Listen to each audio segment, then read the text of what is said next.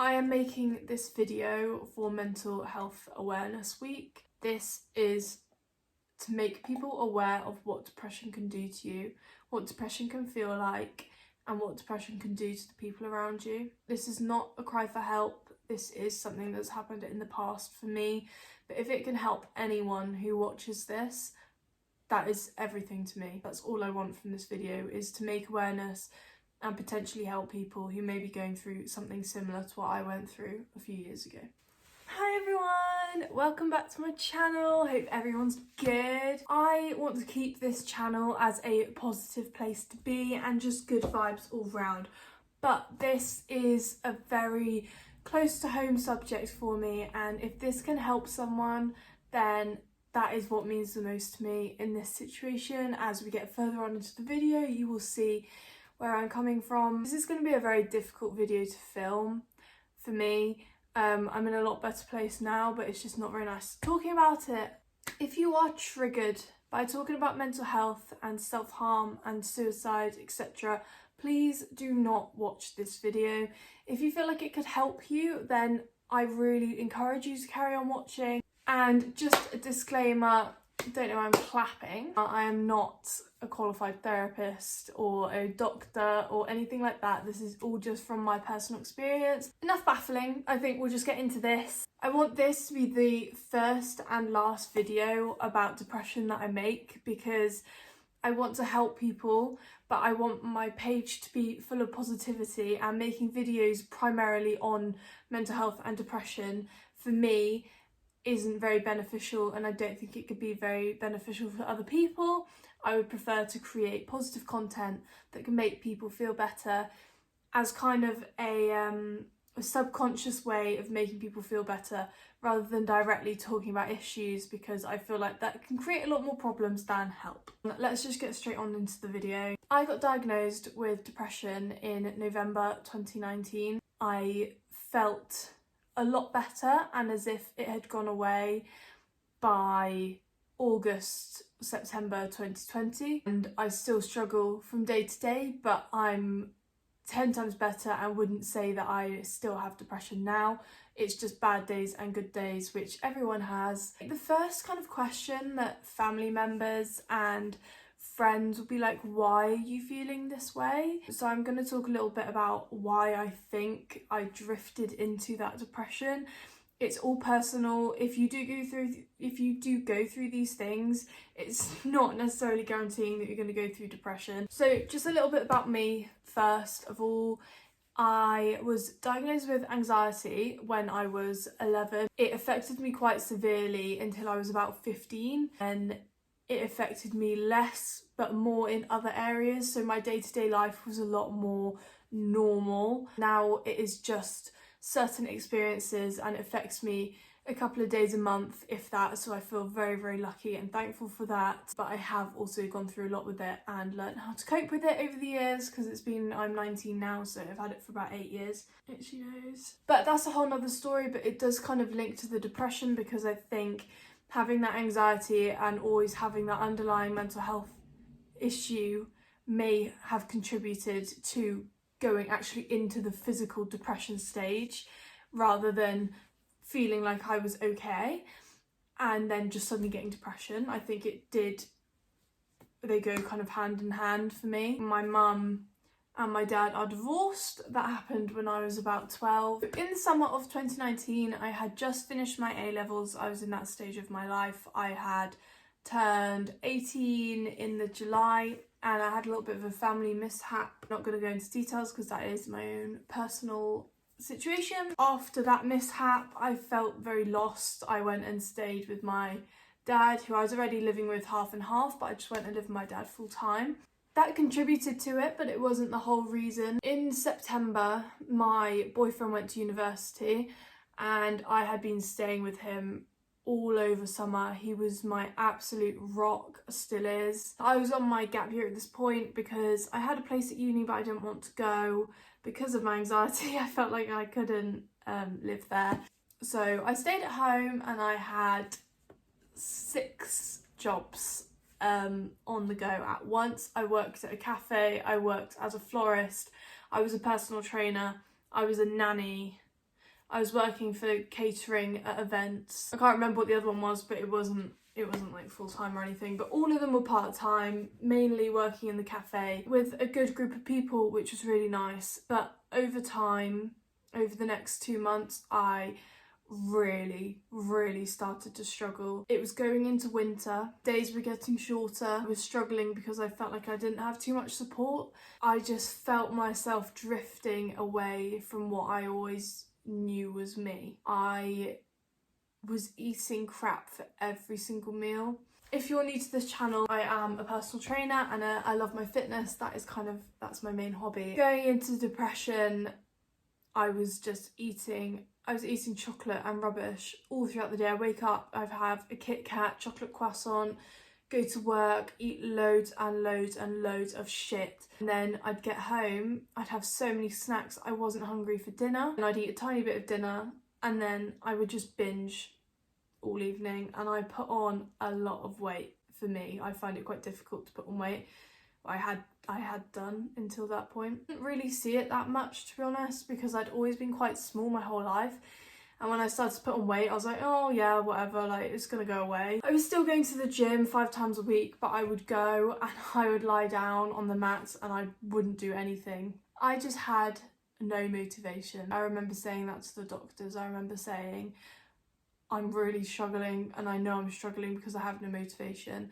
I am such a motivated person. Usually if I have something in my head, I will bloody do it, you know? Like, I'm not sitting around and doing nothing. I will just get on and do it. A few months goes by and I thought, shit, this is really bad. I was having really negative thoughts. So I'd finish work about 5:30.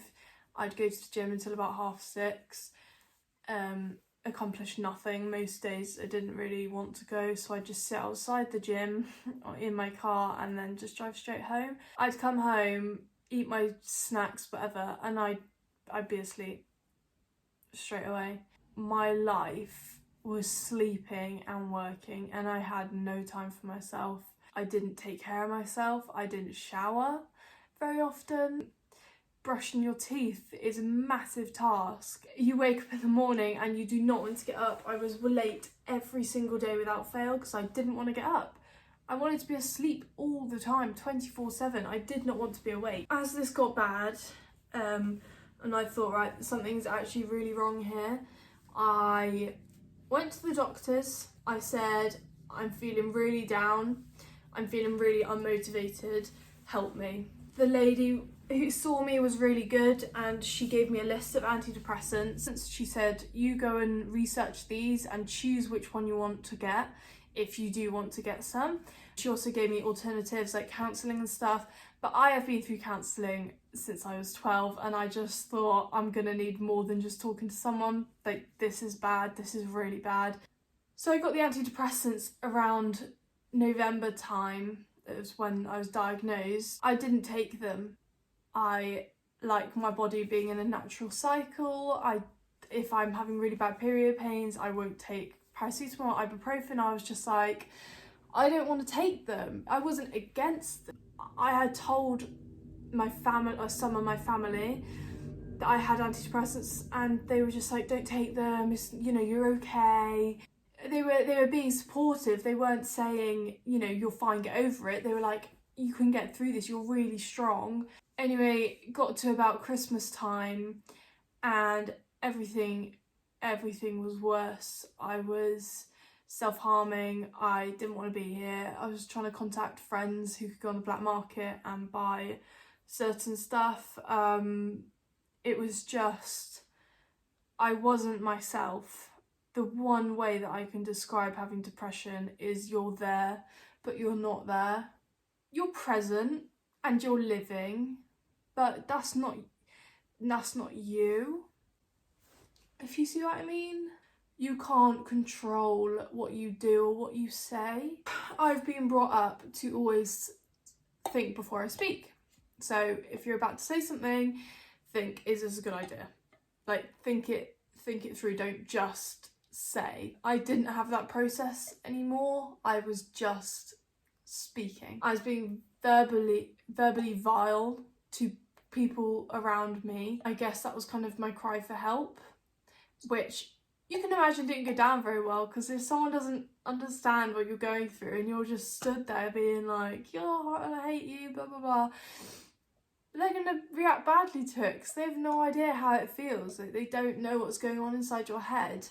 I was very fortunate to have my boyfriend there, so obviously when I had good days, I could sit down and talk to him and explain how I was feeling and like what was going on in my head. So I was very fortunate for that. And if you've got family, if you're going through something like this and you've got family members around you, or a boyfriend or a girlfriend or siblings or friends, just if you have a good day, write everything down and tell them exactly how you feel, because that could save you. As dramatic as that sounds, it can. I don't think I'd be here if I didn't have my boyfriend with me at that time. I don't want this video to come across as attention seeking. It really isn't. It's to raise awareness. This video has got really, really down, so let's just make it a little bit happier, shall we? When my boyfriend went to uni, I would go up and visit him. I was absolutely exhausted most of the time because I'd get up at 6 and go to work, and then I would go straight to his university. That's pre-COVID when I was going. We'd go out straight away and I'd be awake for 24 hours sometimes, and my body absolutely hated it. I'd have anxiety attacks all night, which is just another story time. I'm not going into that now. But I had a lot of happy times during that year, but I'm gonna be honest with you, I can't remember most of them, which is the really, really sad part. Like, I felt like I just wasn't present during that whole time. Like, I was present, socials, doing work and everything. I was fine, but I can't remember anything clearly. Any arguments I had, anything like that. I can obviously remember the really bad bits. They really do stay with you. That is a huge chunk of my life that has been taken out. And I know it's not overly dramatic, because there's people in comas and stuff that obviously go through a lot worse than what this is. But this is a battle against yourself, which is so scary. And if you can avoid this at all costs, I'd suggest it. I don't want to say it's stigmatised, but you know, you could be hanging out with a group of friends and be like, oh, I feel so depressed at the moment. So, you know, oh, my dad won't buy me this new handbag, I feel so depressed. And it's like, that word is chucked around so often, but it destroys lives and it destroys families. And I don't agree with it being chucked around. Obviously, a lot of people don't understand the severity of it, which is okay, because everyone has different levels of understanding of everything nowadays. A lot of people are educated in a lot of different areas, and us all putting our knowledge together can create a massive community when we're older. You know, people always say our generation is going to take over the world. So one of the main ways that I thought was going to help with my depression was keeping myself busy, hence why I had 6 jobs, and I was going to the gym, I was doing kickboxing, like I had my hobbies, you know. But looking back, that just wasn't the right thing to do for me. It might be the right thing to do for you if you go through this. Hopefully you don't. Everyone deals with it a different way. I tried to keep myself busy, which in the end definitely burnt me out and made it a lot worse. However, I think if I did take time for myself and I did have like reflective evenings and stuff, I was crying or I was sleeping. One of my first really, really bad days when I had depression, I remember it felt like I was in a film. It was just quite a reflective moment for me, because after the really bad day, I would kind of become present for a little bit and be like, I'm fine, like why am I doing this to myself? I'm completely okay.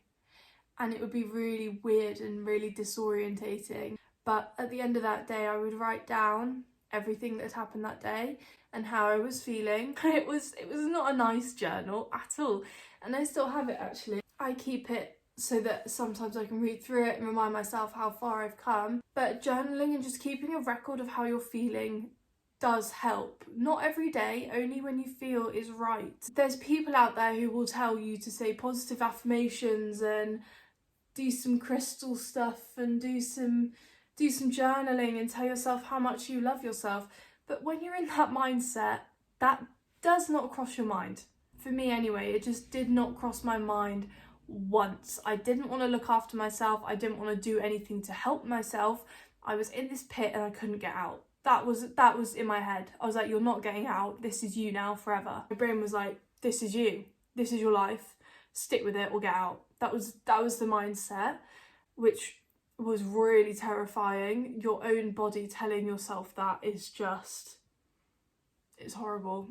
Doing that journaling, the only reason I did it is because I felt like I was in a film and I was like, oh, I gotta be all reflective and write down how I'm feeling and like blah blah blah.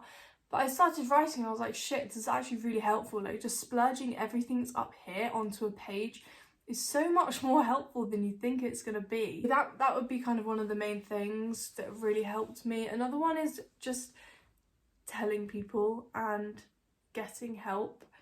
I mean, my boyfriend was the first person that I told, and then I told my family, and they helped me get some counselling. They also really helped, and the man who I had counselling with was really understanding. Obviously most counsellors are, but this one was like really understanding. Like if I was going off about something that had really annoyed me, he was like, yes, completely, she's such a bitch, blah blah blah. Like he was on my level definitely, which really helped. You just have to get a counsellor that you click with. If you don't click with them, honestly just say to whoever you got that counsellor through, just say, I'm not getting on with that one, please can I try another one, because it is all personal. Another thing that helped me was having plants. Everyone always makes jokes about this, saying, oh, we can tell your mental health's bad if you have loads of plants.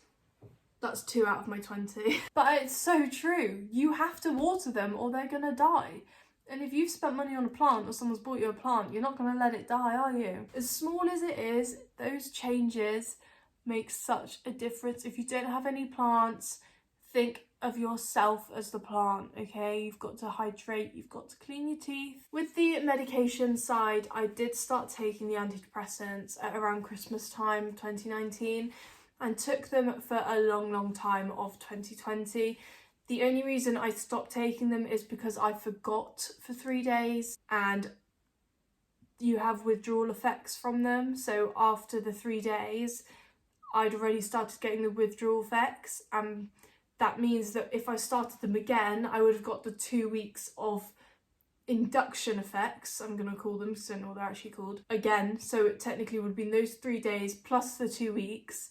And then when I did want to come off of them, because I did want to come off of them at some point, like in the near future, that would have been another 2 weeks of the side effects with the withdrawal effects. So I just decided to plough through it. I thought I'm in a lot better place than I was, and this was kind of end of 2020. And I thought I'm in a lot better place than I was, so I'm just gonna keep on pushing through and see if I can do it. I'd got loads of counselling, I had family around me, I had friends around me, which I'm very fortunate and grateful for.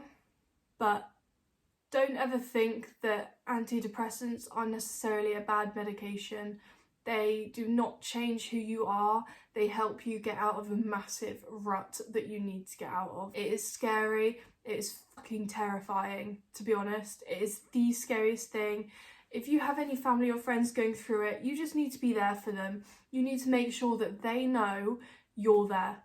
They feel alone. That is the worst thing that you could do to someone, is make them feel alone when they're going through this. I don't know if I've said the right things, I don't know if I've said the wrong things, but it's all from personal experience. If you're struggling or you know someone else who's struggling, there will be links in the bio, you can contact people. Also, if you just go to your local GP, your local doctors, say that you're struggling, that you would like to see a counsellor, they can put you on a list. Those waiting lists can be quite long, so if you do have the ability to go private, I would definitely suggest doing that to speed up the process. If you don't, there are helplines, there are lots of resources out there to help you. My DMs are always open to anyone who is struggling, ever. I'll leave my socials below, but just don't ever hesitate to come and talk to me about anything. I will not judge. I've been through the thick and thin of it, so I understand. But I'm making this video to show you that there is light at the end of the tunnel. Been through the self-harming, been through the almost suicide, multiple times. Yes, again, won't go into detail with that. I just want to show you that it is possible to come out the other side and be okay. I struggle every now and then, everyone does, is post 3 lockdowns. I just wanted to show you that you can do it. You can. It is very, very sad that some people do lose the fight to this. It is an illness. It is something that anyone can get at any time, which is terrifying, but we all need to be there for each other. We need to educate the people who haven't been through this sort of stuff, so that if one of their family or friends or just anyone they know goes through this, they can help and they can understand that little bit more, because that helps a hell of a lot and you will not realise until you have to go through it. That is the end of my video. I'm sorry that was such a heavy video to come back to after 8 months of me not being on YouTube, but it is just something that's got to be communicated, and it's Mental Health Awareness Week, so what better week to do it at? The whole purpose of this video is to help at least one person and educate people who may need it. So if you are not educated in this area, rewatch the video, understand how someone might feel, because they need your support more than ever. I love you all, stay safe, and remember, you are a lot stronger than you think and you can do anything.